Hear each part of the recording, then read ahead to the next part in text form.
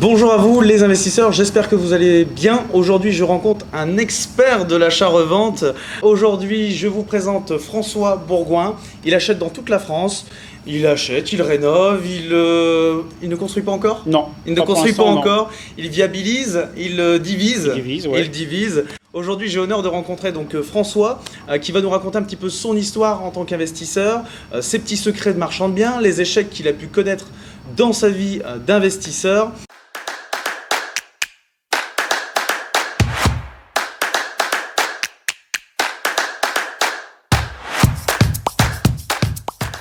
Bonjour François. Bonjour, merci de ton invitation. Merci de me recevoir. En tout cas, moi, c'est un honneur pour moi d'être avec toi aujourd'hui, on a pu discuter un petit peu juste avant, etc. Aujourd'hui, est-ce que tu peux nous raconter un petit peu ton histoire en tant qu'investisseur? Comment tu as commencé l'immobilier? Comment tu as découvert l'immobilier?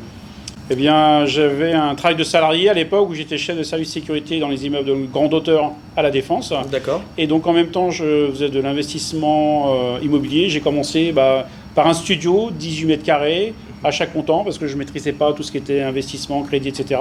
D'accord. Après, j'ai racheté un autre appartement. Après, j'ai commencé à acheter un premier immeuble. Ouais. Donc, j'ai goûté à l'immeuble et effectivement, j'en ai racheté d'autres avec des travaux aussi pour défiscaliser. Parce qu'à un moment donné, il y avait beaucoup de loyers et là, j'ai pas fait attention. J'ai commencé à payer plein d'impôts. D'accord. Donc là, j'ai cherché effectivement la solution et la meilleure solution, c'est le déficit foncier. C'est des travaux. D'accord. Donc, c'est comme ça que je suis venu à l'immobilier. Et tu avais commencé à quel âge? Je devais avoir un peu moins de 35 ans. D'accord, 35 ans. Il n'y a pas très longtemps. D'accord. Donc super, parfait. Bon, depuis, il s'est passé pas mal de choses. Tu as multiplié les acquisitions, il me semble.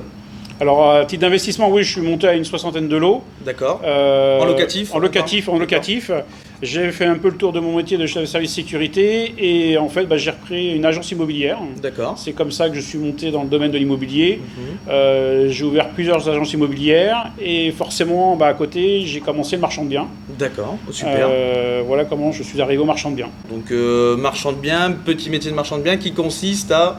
En fait, c'est de l'achat-revente en fait. On achète, soit on divise, soit on fait des travaux. On amène une plus-value ou technique, un changement d'affectation par exemple, permis de construire, et après on revend. Bon, tu vas nous parler de ça dans un instant. Voilà, tout à fait. Pour en arriver jusqu'au métier de marchand de biens, etc., tu viens de nous dire, tu as fait beaucoup de locatifs. Oui. Est-ce que ça a été dur? Est-ce que tu as eu des difficultés, etc. avant d'arriver? Alors, dur, non, il y a des obstacles, il faut les franchir. D'accord. Et pour ça, donc, je me suis formé à chaque fois que j'allais dans un nouveau domaine. Je me suis formé, j'ai été chercher l'information pour pouvoir m'améliorer et surtout connaître aussi la réglementation. Donc tu viens de me parler d'obstacles que tu as pu avoir dans ta vie d'investisseur, ce qui est normal, hein, oui. On a forcément des obstacles quand on investit dans l'immobilier. Tu as fait des erreurs, peut-être? Tout à fait, oui, j'ai fait des erreurs, bien sûr. Est-ce que tu aurais un ou deux exemples à me donner qui pourraient être des choses qui peuvent Au niveau investissement, c'est de prendre une assurance de loyer impayé. Parce qu'effectivement, au début, j'ai pas voulu en prendre. On est tous à vouloir faire des économies de bout de chandelle, qui est une grosse erreur d'ailleurs. J'ai eu un impayé qui a duré 1 an et demi. D'accord. Et forcément, on retrouve jamais les fonds de toute manière, puisque les gens n'ont pas d'argent. Parce que tu l'as attaqué en justice, hein, c'est ça? Non, j'ai surtout récupéré l'appartement. C'était même pas la peine de la justice, il n'y a pas d'argent à prendre. D'accord, ok. Donc, c'est de prendre une assurance de loyer impayé. C'est un coût, mais qui est quand même modique.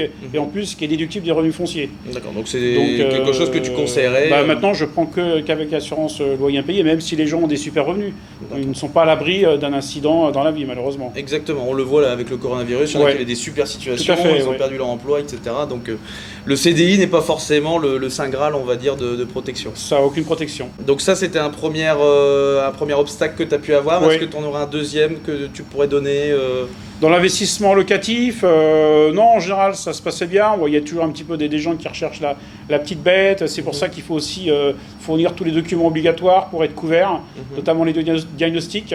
Il y en a beaucoup qui ne les fournissent pas. Alors que si on a un souci, après on est en tort. Donc il ne faut pas donner le bâton pour se faire battre. D'accord, ok, très bon conseil. Oui. Alors, on venait de parler de marchand de biens, etc. Comment on devient en fait marchand de biens? Comment on fait de l'achat-revente? Comment tu es arrivé, on va dire, à ce métier? Effectivement, j'étais agent immobilier. D'accord. Donc pareil, j'avais fait un nouveau métier où j'ai appris, je me suis renseigné au niveau réglementation. Je ne suis pas allé comme ça au hasard. Et effectivement, j'ai rencontré d'autres marchands de biens, j'ai travaillé avec des marchands de biens. Ça m'a donné aussi envie d'en faire du coup. Et j'ai commencé avec une première opération. Et c'est pareil, je me suis renseigné, je me suis formé et j'ai été chercher l'information pour pouvoir faire ce métier-là, où maintenant je le fais à 100%. Ok. Première opération, tu t'en souviens aussi peut-être? C'était quoi? Oui, tout à fait. La première opération était un échec. C'est simple, j'avais trouvé un corps de ferme qui était à vendre. D'accord. On faisait 2 lots. La personne gardait son 3e lot pour habiter. Donc je divisais l'ensemble en 3 lots. D'accord. Je voulais revendre les 2 lots. Je vais à la mairie demander justement avant pour mon projet. Pas de souci. Je fais mon permis de construire. Refus de permis. Je retourne à la mairie. Elle me dit la porte en bois ne nous convient pas. Il faudra une autre porte d'une autre couleur ou je ne sais plus quoi exactement. On remodifie. Refus de permis. Je vais la voir. Elle me dit en fait on ne veut pas que vous fassiez l'opération. Ah, super. J'ai eu le mieux été de me le dire tout de suite. Mais comme j'avais l'agent, j'ai pu faire la pirouette de récupérer à la vente le lot entier au lieu de faire diviser en 2 et de me rembourser les frais de géomètre. Ok, d'accord. Bon, donc on va dire premier échec. Et le deuxième bien immobilier que tu as acheté par la suite, ça s'est bien passé?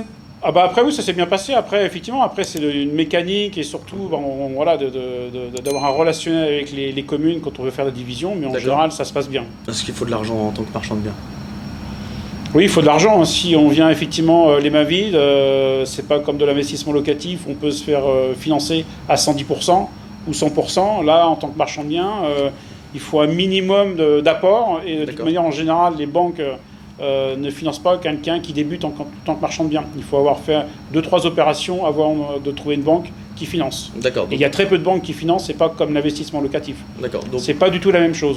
Donc comme tu me disais tout à l'heure, 2-3 opérations, il faut avoir fait 2-3 opérations en tant que de marchand de biens, on va dire, avant d'être financé en marchand de biens, c'est acheter en nom propre ou via une SCI et puis revendre des biens immobiliers, c'est bien ça? Alors le mieux c'est quand même de faire en société parce que ça évite la requalification marchand de biens par le service des impôts. Maintenant, si on fait 1 ou 2 à titre perso, ça peut passer. D'accord. Mais voilà, il ne faut pas donner toujours le bâton pour se faire battre. Donc être hyper droit au niveau tout à fait, fiscal. On me pose souvent la question, comment trouver une bonne affaire? Comment font ces marchands de biens comme toi qui arrivent à trouver des bonnes affaires? Est-ce que tu aurais des conseils à nous donner par rapport à ça? Conseil, c'est relationnel. J'ai 15 ans marchand de biens, donc relationnel depuis 15 ans. J'en fais, je continue, donc il n'y a pas de secret, c'est le relationnel, il faut aller frapper aux portes, il faut aller rencontrer des gens, il faut aller serrer des mains. Donc après j'imagine beaucoup d'agents immobiliers, c'est quoi exactement dans ce relation? Ça peut être tout le monde? Alors oui, effectivement beaucoup d'agents immobiliers, conseillers immobiliers, après ça peut être des notaires, ça peut être d'autres personnes qui ont aussi du relationnel, des gens qui vont vendre, succession, choses comme ça. Des géomètres peut-être Alors ils n'ont pas effectivement le droit de donner trop d'informations, ils sont dans un métier où ils ont le secret professionnel comme l'huissier de justice. D'accord. Il ne va pas forcément donner des informations. Sur chacun de tes projets, toi tu investis dans toute la France, dans la France entière. Tu peux investir à Nantes, à Arras, à Lille, dans le sud, etc. Tu vas toujours être dans des villes qui sont différentes, avec le plan local d'urbanisme qui va être différent. Comment tu fais pour tout le temps, lors de tes achats immobiliers, avoir ces connaissances en droit, en urbanisme, etc., pour tout le temps être à jour? En fait, il faut se former, comme je dis, c'est un métier, il faut se former, mais il faut se former régulièrement. Parce qu'il y a beaucoup de changements au niveau urbanistique, ça évolue, etc. oui, ça évolue. La législation au niveau de l'urbanisme évolue.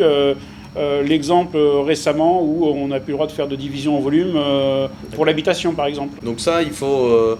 tu fais comment pour te former exactement par rapport à ça? Alors, il faut déjà être entouré de partenaires, géomètres, notaires, avocats, droit d'immobilier, et après suivre des formations. Je fais aussi partie d'un syndicat immobilier où j'ai justement les dernières informations qui viennent de sortir. Ce syndicat qui s'appelle l'UNIS. L'UNIS, oui. D'accord. Bon, si vous vous lancez dans le marchand de biens, vous savez que l'UNIS peut vous apporter pas mal de réponses. Si tu avais des conseils à donner pour celui qui souhaite se lancer dans le marchand de biens, etc., qu'est-ce que ça serait exactement? Déjà, c'est de se former, la première chose, comme dans tout métier. Quand on veut se lancer dans un nouveau métier, il faut se former. D'accord. Il faut se renseigner, il faut éventuellement rencontrer d'autres marchands de biens pour échanger. Et là, c'est vraiment la chose principale à faire. C'est la clé, la clé pour réussir. Oui, tout à fait. La personne qui se lance comme ça sans se former dans le marchand de biens, elle peut y arriver quand même? S'il ne connaît pas la réglementation, il va dans le mur. Ouais, d'accord. Bon. Non, mais voilà, il n'y a pas de secret. D'accord. Depuis donc maintenant 15 ans, tu fais le métier de marchand de biens. Avant, tu étais dans le locatif aussi, c'est ça? Oui, tout à fait. D'accord. Tu as eu Enfin, t'as combien de biens? T'as eu combien de biens en tout En locatif?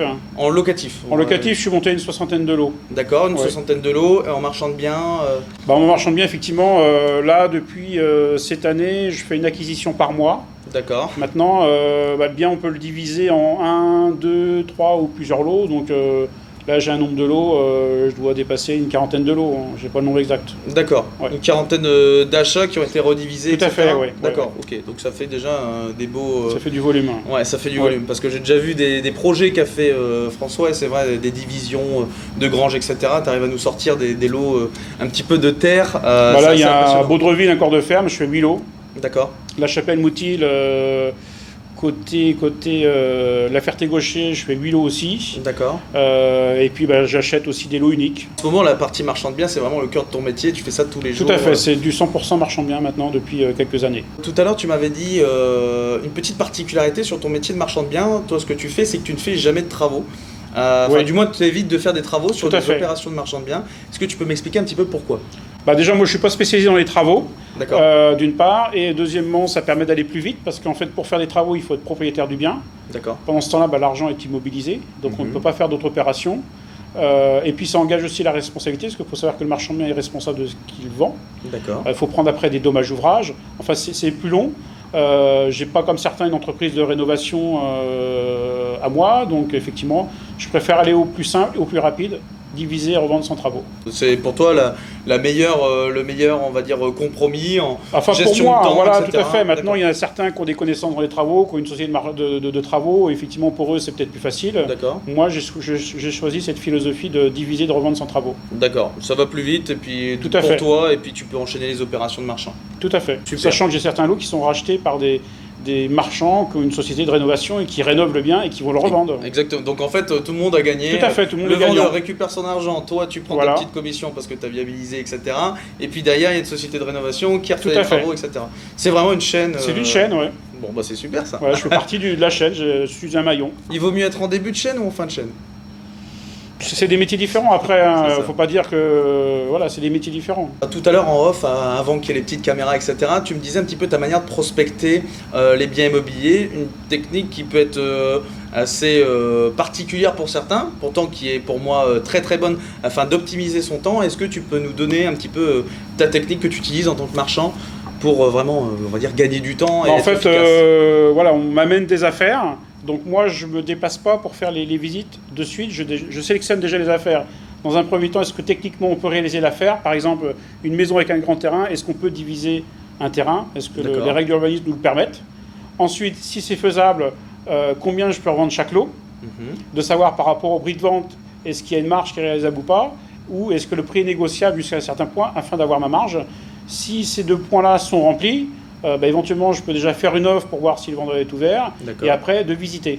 Mais le but, c'est pas de visiter pour se balader, j'ai pas le temps et je ferai que ça sinon. En plus, avec toutes les affaires que tu as déjà en cours et qui sont en cours d'achat, etc., c'est vrai que ton temps, il doit être... Le but, en fait, quand je me déplace, c'est pour signer une offre. D'accord. Je prends l'exemple, la semaine prochaine, je pars du matin au soir, je fais 5-6 visites, et forcément, à la fin de la journée, il y aura au moins 2 offres. Tu négocies toujours?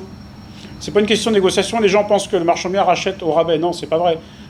J'ai ma marge, je calcule et il faut que j'ai ma marge. J'achète à peu près un bien sur 5 au prix du mandat. D'accord. C'est pas une question d'acheter au rabais, non, c'est une question d'avoir sa marge. Tout simplement, je suis commerçant. D'accord. Toi, Sauf que je vends pas des bois de petits pois, je vends des maisons. Ouais, c'est ça. Et tu vises une marge d'environ combien? En fait, une marge qui est entre 20 et 30%. En tout cas, merci François de m'avoir accordé cette petite interview, etc. Merci à toi aussi. Merci de nous avoir raconté un petit peu ton parcours. Vous pouvez retrouver François Bourgoin sur LinkedIn, et sur Facebook. Et sur Facebook. Et pour les agents immobiliers, les conseillers immobiliers, vous venez de trouver un bon partenaire pour augmenter votre chiffre d'affaires. On se retrouve lundi prochain dans une nouvelle vidéo. À lundi.